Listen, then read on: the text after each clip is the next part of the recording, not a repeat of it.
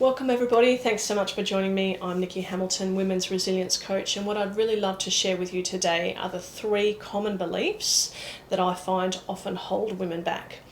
And what I mean by holding women back, it's really holding women back on their own self-care. So as I've explained in other podcasts, the first step in building resilience for women is really looking after the pyramid base. So that pyramid base, which forms the first step, is in the Rise Up method. That pyramid base means looking after your body health, so looking after nutrition, your sleep, how much you exercise, looking after your mind health, which might be your stress management or your mental health or your mindset or your self-talk, and then looking after your heart health, which is essentially your connections with friends or family, or connections with your partner, connections with something greater than yourself, grace and gratitude. So these 3 pillars really form the pyramid base of resilience in the Rise Up method before we then go into the next steps. And essentially I find that there are really common beliefs that women will have that prevent them from looking after these 3 parts of their health. And so I've experienced probably all of those 3 at different parts or different times in my life. And so the first belief that I commonly come across for women, and this might resonate with you, is the belief that I'm too busy. And usually it's I'm too busy with somebody else's priorities, which is the most common stumbling or hurdle that I have experienced with women. And that busyness in looking after others means that they essentially stop looking after themselves. So it could be that you're too busy with work. And that you're working long hours and you haven't had the chance to eat a decent meal without having a takeaway, or haven't had the chance to exercise or sleep well for a long period of time. And although your work is one of your values and it's fulfilling to you, that busyness is preventing you from building the first steps in your resilience, which means at some point you're going to potentially stumble. We need resilience in order to navigate life's challenges, and so looking after your health is one of those steps. And so if it is that you're finding yourself too busy, especially say for example with work, we need to start asking a few questions around how to prioritize and link potentially how looking after your physical health will actually help you at work. So too busy is a really common statement that I hear.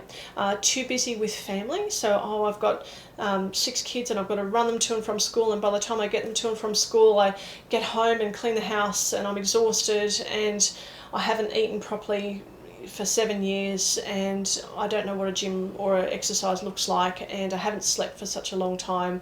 I don't connect with any friends anymore because I'm spending all the time running around after my kids.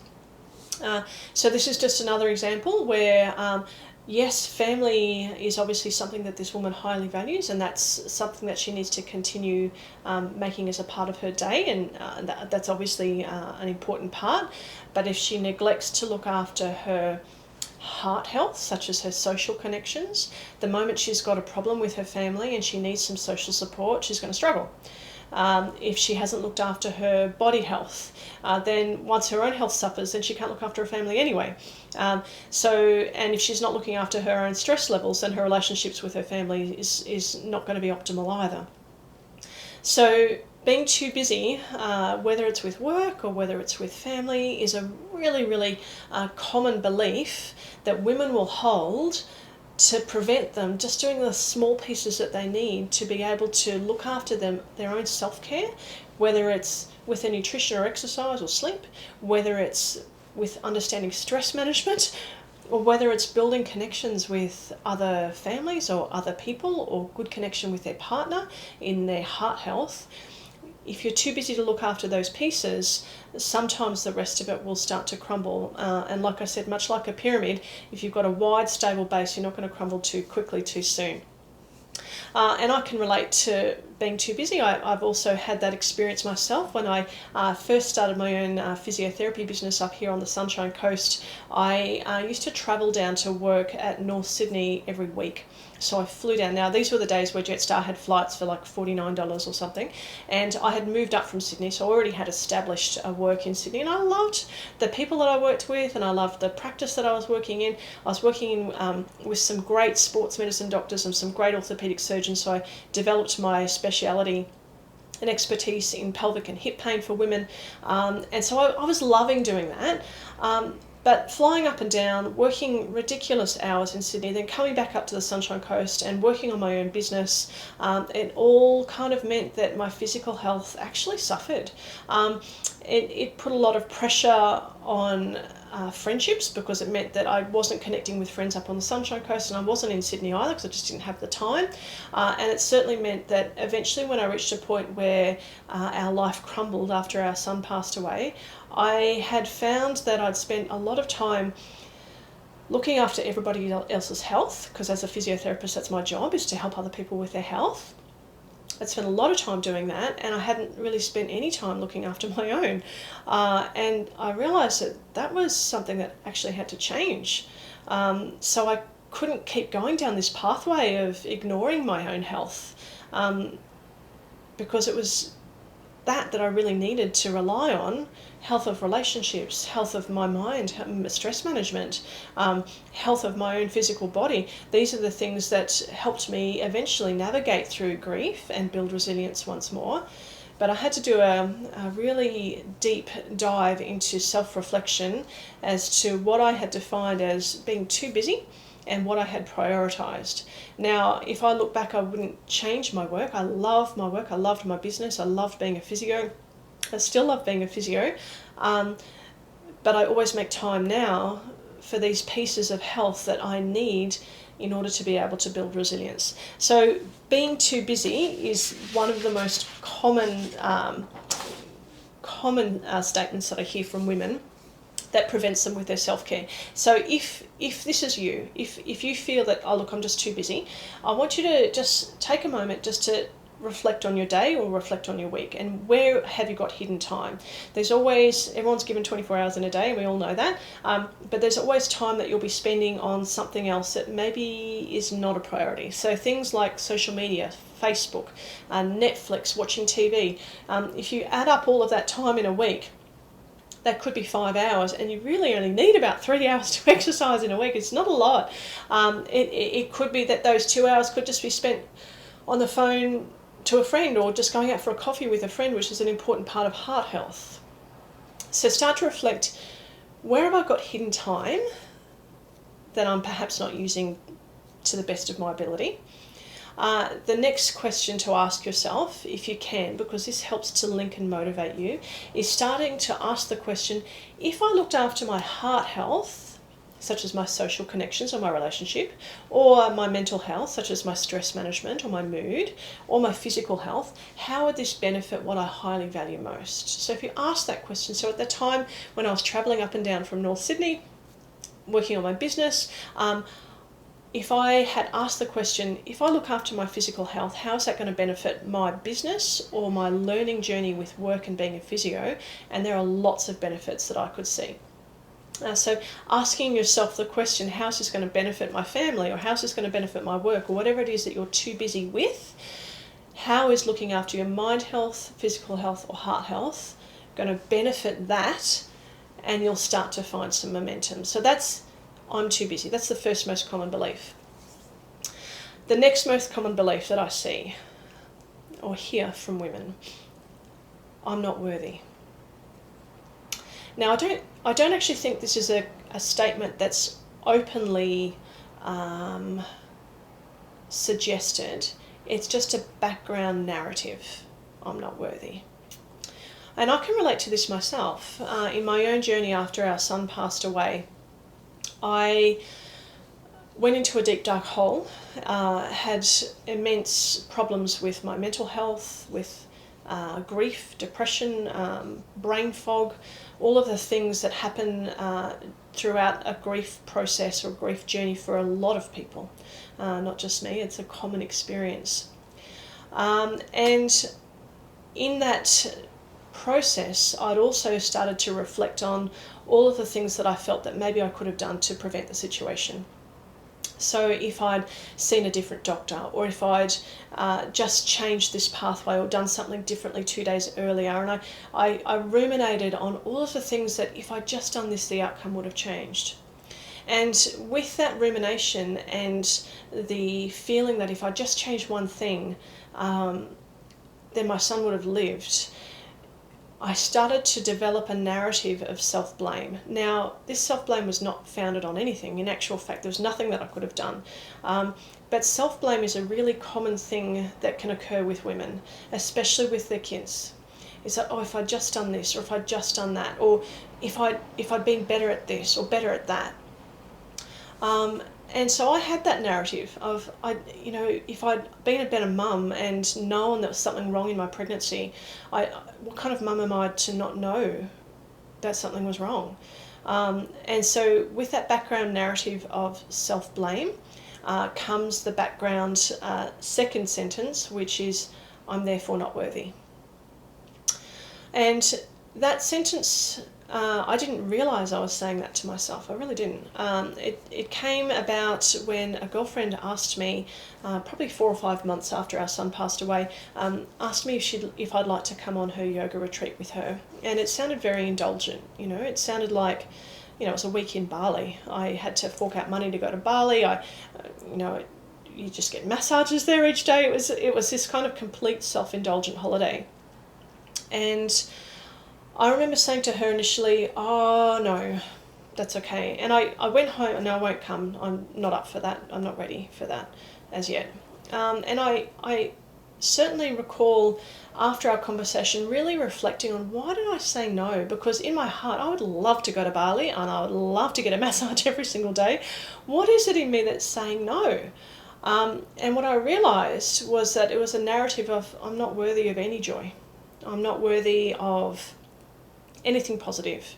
I'm not worthy of someone giving to me because all of this has happened and it's my fault. And so therefore the only thing I'm worthy of is a lifetime of misery.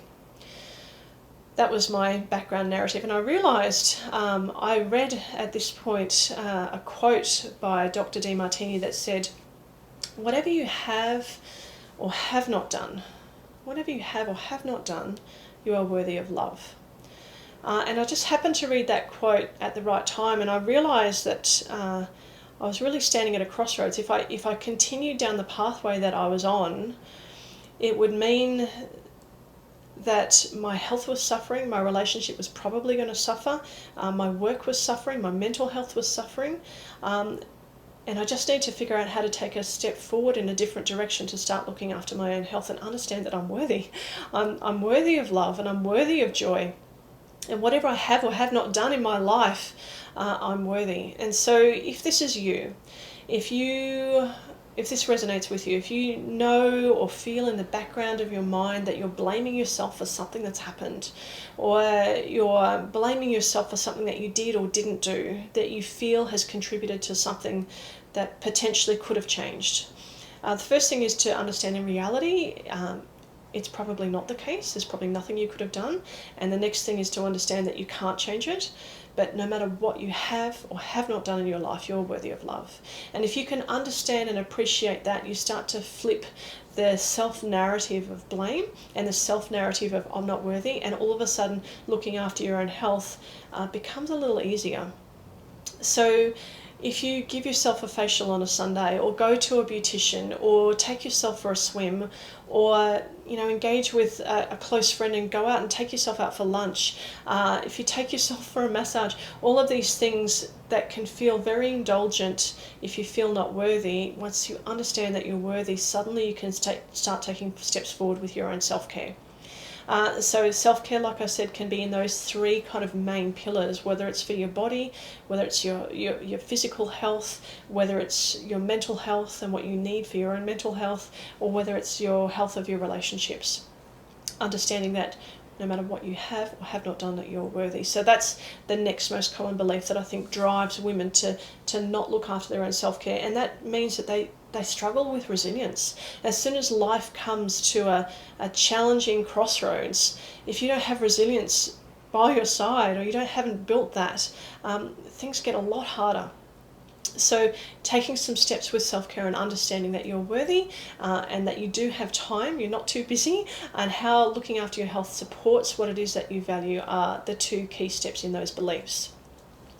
And now the last most common belief that I hear or appreciate from women is, I'm all alone, no one understands. So again, I can understand this in my own pathway. I really felt like in my journey through the grief process, and I don't even like the word grief process because it sounds like it's a step-by-step pathway, and it's not. It's a very roundabout pathway, so it's not really a process at all. It's a journey, I guess. But through my own grief journey, I really felt at some points that there really wasn't anybody that understood. I mean, our son passed away at birth. He was stillborn full term. And so I really felt that there were many people that didn't understand our loss. I had all sorts of well-meaning comments from people like, oh, don't worry, everything happens for a reason, which you would never say to someone if they lost their 2-year-old. But for some reason it was said to me on multiple occasions, and that was, for me, not helpful at all.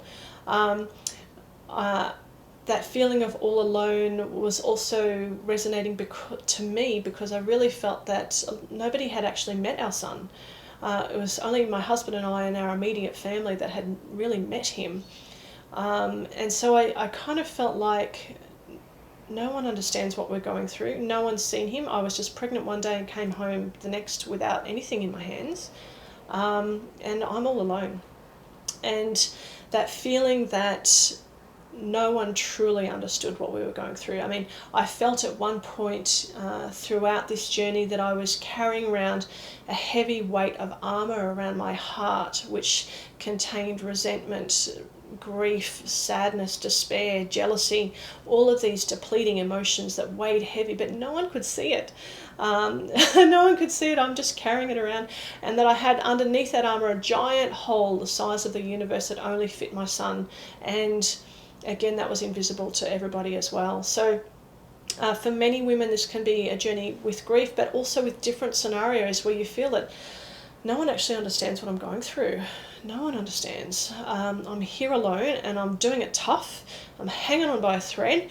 I don't have time for self-care because I'm just all alone and nobody understands me. So this is another belief that can really limit women. And I think in this scenario, probably what needs to happen is you need to, if possible, start to look for, okay, where do I have support and understanding in plain sight that I can't even see? Sometimes the support is not in the form that you expect it. Sometimes it's in a different form. So I had support from all sorts of friends from my past that I didn't expect that bubbled up and surrounded me, which was just beautiful. So where is it that you have support in an area that perhaps is not what you envisaged, but it is something and someone or somehow that's supporting you and understanding? The other part of really generating the feeling of being understood is actually understanding other people. And so if you can turn that around, and I have my own, I guess, reflection that I had a moment probably 3 years in where I still felt that no one had understood really what we went through, where I reflected, well, no one understands what I've been through, but maybe I can understand myself, I can understand others, and they also don't understand what I've gained as a result of all of this. So if you feel alone, that no one understands you, try to find where it is that you've got support without even realising it, and often it's in an unexpected form. And the next thing is, the first step in being understood is to understand others. So the comments that I received from other people that were well-meaning just meant that they were coming from a place of empathy and wanting to support us in our journey as best that they could. So understanding others is the first step in being understood yourself. So I hope all of this has resonated with you. The 3 beliefs that help hold women back from looking after their own self-care and then shining out with their own unique, authentic brilliance. And those 3 are: I'm too busy, I'm not worthy, or I'm all alone. And so to finish this podcast, I'd like you to just write down this one thing. Get out a piece of pen and paper. You're going to write down, I'm worthy. So write that down, I'm worthy. You're also going to write down, I'm fully supported. And I have an abundance of time and resources to look after my own health with self-care. So if you can write that down, I'm worthy, I'm fully supported, and I have an abundance of time and resources to look after my own health with self-care. If you simply write that down and put it somewhere, it'll address those 3 beliefs.